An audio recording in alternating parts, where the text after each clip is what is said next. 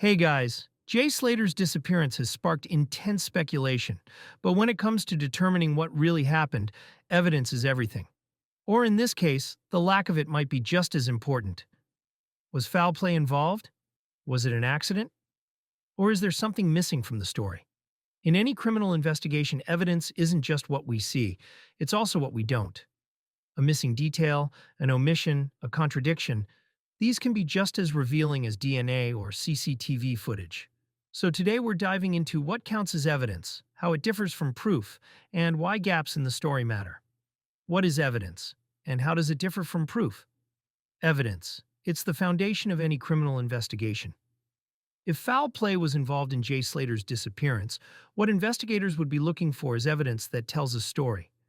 Something that connects events, people, and actions to a potential crime. So, what counts? Physical evidence, his last known clothing, any personal belongings left behind, forensic traces like DNA or fingerprints in key locations. Digital evidence, his phone's GPS data, last texts, and whether CCTV or eyewitness accounts line up with the timeline. But here's where people get confused. Evidence alone isn't proof. Proof is when all those puzzle pieces come together so strongly that there's no reasonable doubt left. Let's say his phone last pinged in a remote area, and a witness saw him with an unidentified person. That's evidence, but it doesn't yet prove what happened. Did he go willingly? Was there a struggle?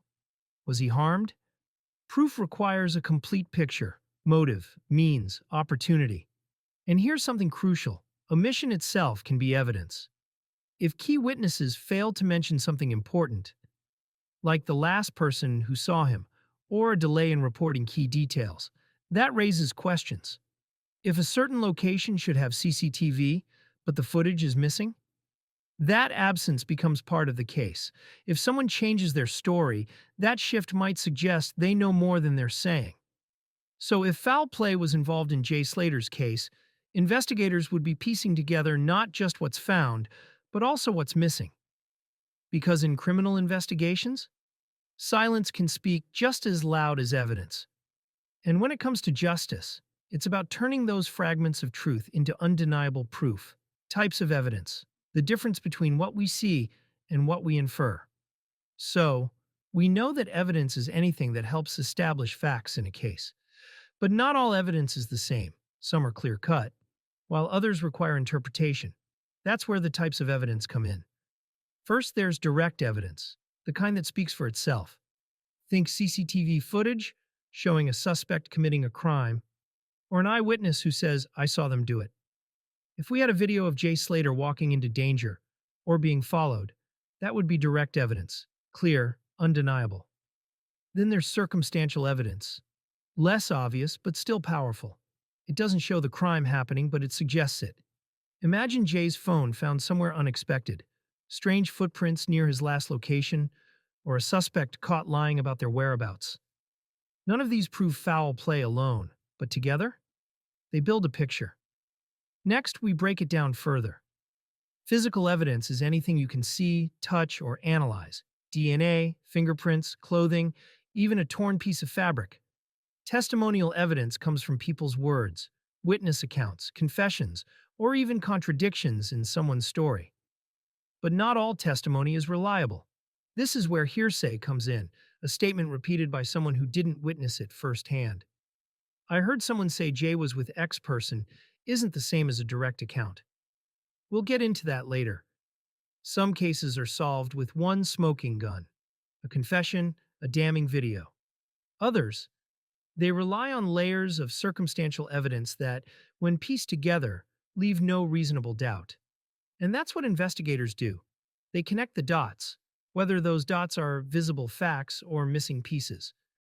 Categories of evidence in foul play cases. Piecing together the truth. So we've covered what evidence is and the different types. Direct versus circumstantial, physical versus testimonial. But in cases where foul play is suspected, evidence isn't just about what exists. It's about how it fits together. One of the first things investigators look at is physical evidence, the tangible, visible clues that can be collected. In Jay Slater's case, that could mean his phone, clothing, or any belongings left behind. Were they found in an unusual place? Were they damaged? Are there signs of struggle, like torn fabric or blood stains? If foul play was involved, was there an object used as a weapon, or something deliberately moved to mislead investigators? Physical evidence can be powerful, but without context, it doesn't always tell the full story. That's where forensic science steps in. Forensic evidence takes physical clues and digs deeper, using DNA, fingerprints, and toxicology reports to connect people, places, and possible causes of death. If Jay's belongings are recovered, forensic teams would be checking for traces of other people, fingerprints, hair, or skin cells left behind. If his body were found, toxicology tests could reveal whether alcohol, drugs, or something more sinister played a role.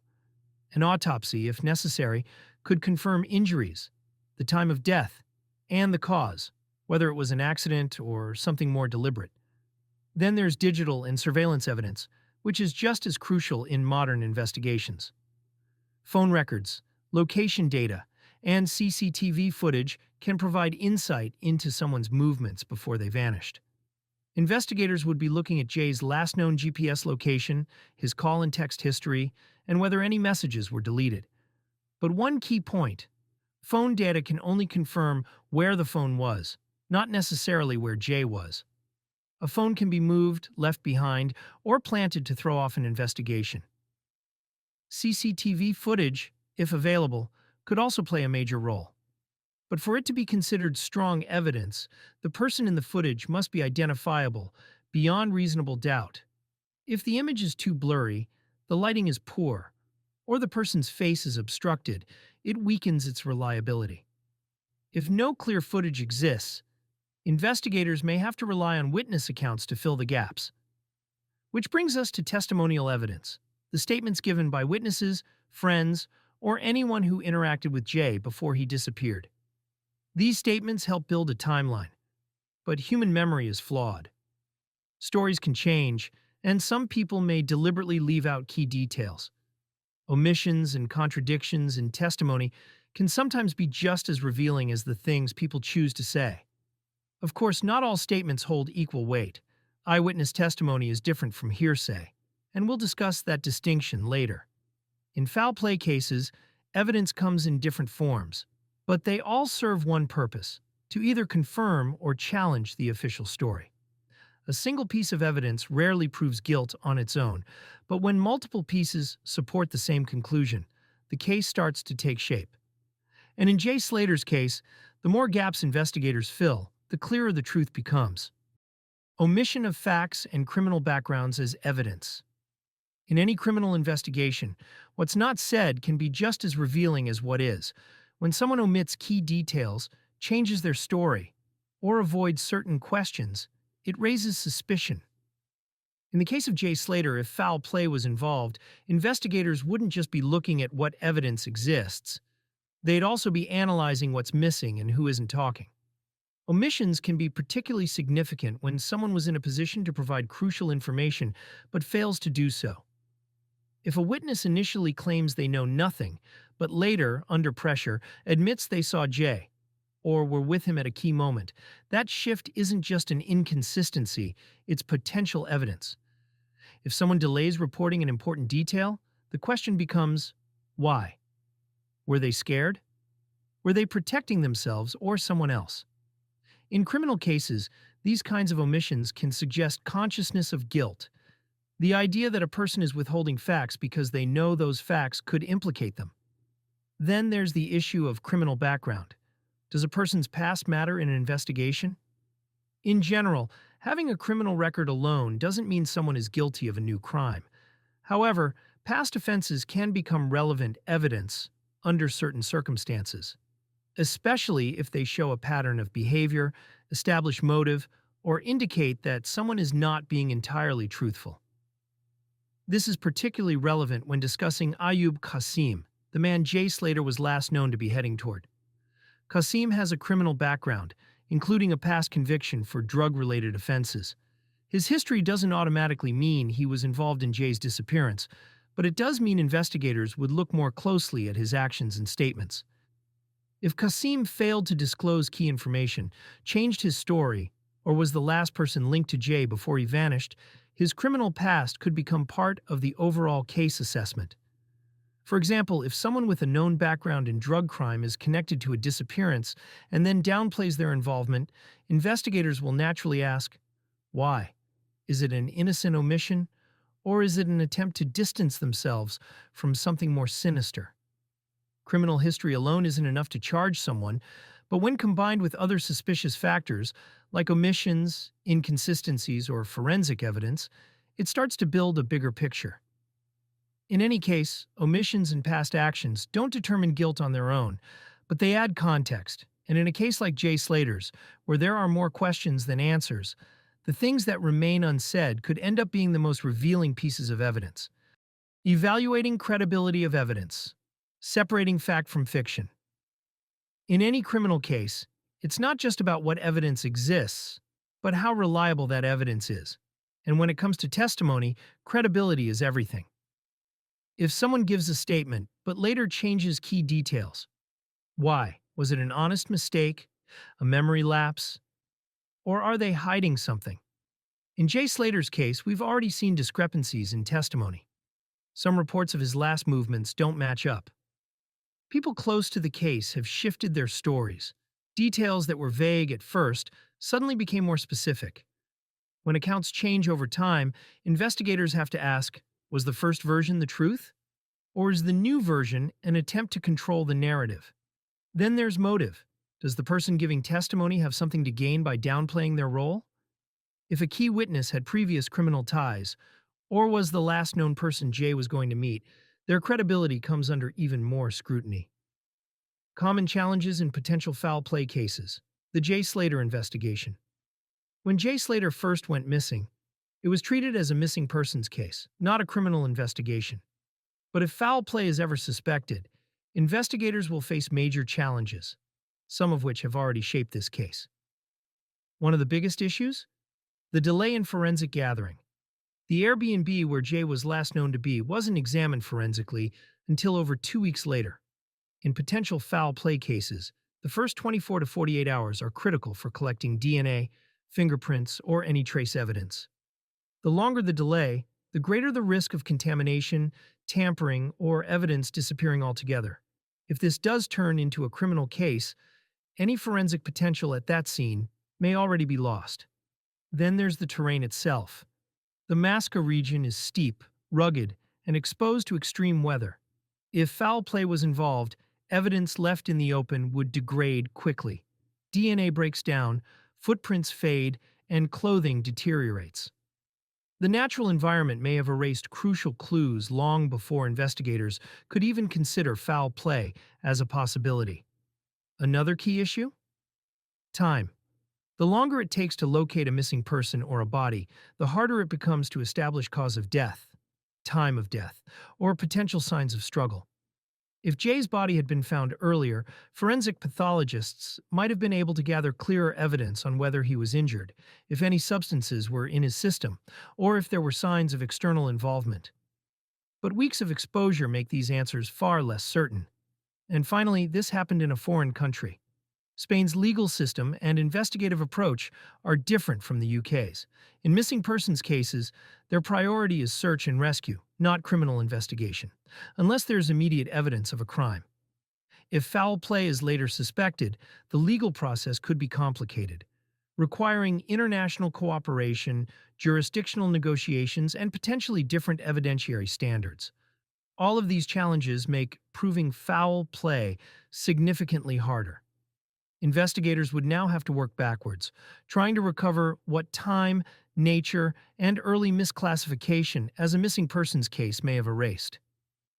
And if foul play was involved, the most crucial question remains. Was evidence lost? Or was it never meant to be found? The burden of proof. Will there ever be enough? If foul play were ever investigated in Jay Slater's case, the biggest challenge wouldn't just be finding evidence, it would be proving it beyond reasonable doubt. And with the hurdles already stacked against the case, that's a high bar to clear. Think about it. The Airbnb was left unexamined for over 2 weeks, meaning any forensic traces that could have placed Jay there or someone else in connection to him may be gone forever.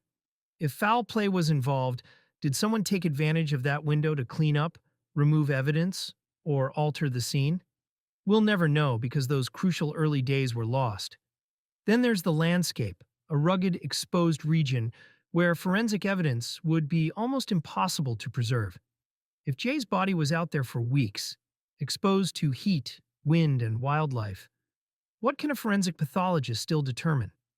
Are there any marks, injuries, or DNA that survived? If there was a struggle, did the environment erase all traces of it? If toxicology reports are compromised due to decomposition, how do we rule in or out external involvement? And even if there are suspicions, what does the timeline actually show? If someone had a role in his disappearance, where's the physical evidence that ties them to it? Phone location data? Unreliable. It proves where a phone was, not where Jay was. CCTV? Only useful if a suspect can be identified beyond reasonable doubt. Blurry images won't cut it in court. Witness statements. They've already changed over time, which damages credibility. Are these inconsistencies innocent memory gaps? Or deliberate attempts to steer the narrative? Then we come to the international factor. Even if Spanish authorities suspect foul play, would they have enough to formally charge someone?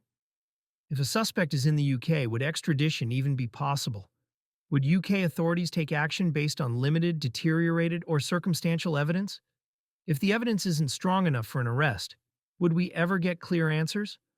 Or would this case remain forever in limbo, just beyond the threshold of proof?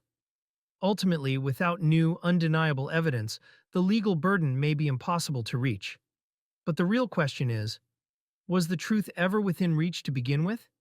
Or was it lost the moment this case was treated as a simple disappearance, rather than something more? Thanks for watching, and as always, I'd love to hear what you think in the comments below.